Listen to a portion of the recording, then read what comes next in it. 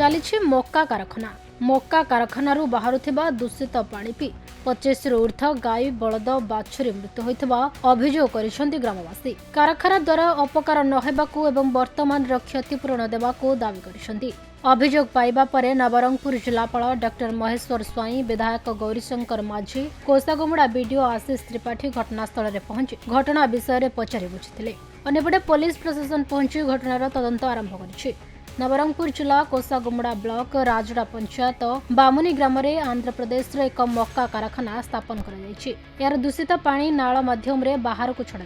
अंचल गाई बलद बाछुरी खाद्य खाइबाकू जाई दूषित पानी पी 25 रु ऊर्ध मृत्यु होइतबा ग्रामवासी अभियोग करछन्ती। तेबे गाई मृत्यु खबर जानिबा परे जिला प्रशासन, पुलिस प्रशासन, विधायक, प्राणी चिकित्सक कर्मचारी उपस्थित रही केउ कारणरू एभली घटना घटिछि तार तदंत आरंभ करछन्ती। अन्यपटे मृत गाई मालिक माने क्षतिपूरण सह अंचल पशु सुरक्षा पई दाबी करिसेंती। केउ कारणरू गाई मृत्यु होइछि पानीर परीक्षा परे जणा पड़िबो बोली जिलापाल कहिसेंती। तेबे प्राणी डाक्टर मृत गाई मानकर व्यवच्छेद करी रिपोर्ट आसबा परे जदि प्रकृत रे पानी द्वारा गाई मृत होइछन्ती तेबे दृढ़ कार्यानुष्ठान ग्रहण कराजिबो बोली प्रशासन कहिछि। नवरंगपुर जिलार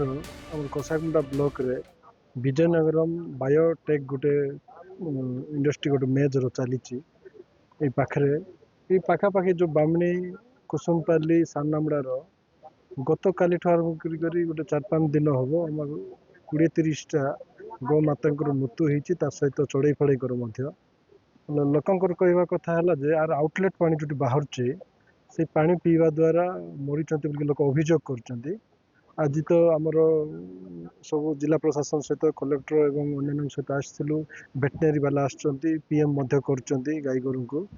कौन हो सत्यासत्य पीएम रिपोर्ट आसला जना पड़ो तार आम फैक्ट फाइंडिंग टीम विभिन्न अनुष्ठान विभिन्न डिपार्टमेंट द्वारा आसिक कराइबो। ये आमर गोटे फैक्ट्री ओपन होती जोटा कि तार से पानी गुड़ा बाहर किना आज प्राय 25टा खंडे गाई बलद मरी जाइछन्ती। आगु मरथिले सी जो बिलर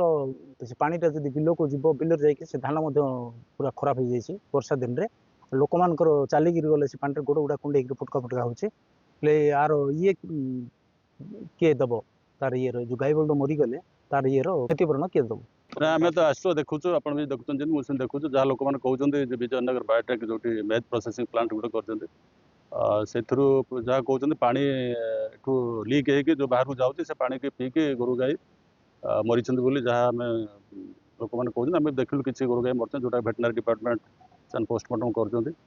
आम पॉल्यूशन कंट्रोल बोर्ड जो अच्छे कोरापुट रिजनल अफिसर खबर देते से आसवे आसिक पानी सैंपल टेस्ट करेंगे। टेस्ट कलापर